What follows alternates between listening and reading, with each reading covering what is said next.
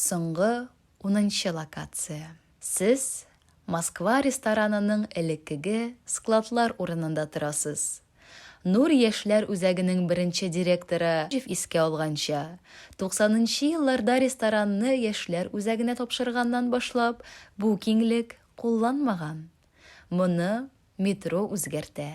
Моның ничек булганын фотосурәтләр ачыклый. Фотографияләргә күз салыгыз.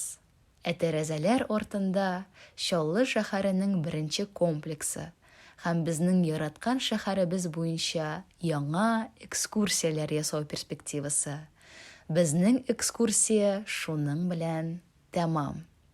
Теләкләрегезне безнең Telegram каналында калдыра аласыз. Ул шулай дип атала да: экскурсия «Бывший ресторан Москва. Отзывы и пожелания».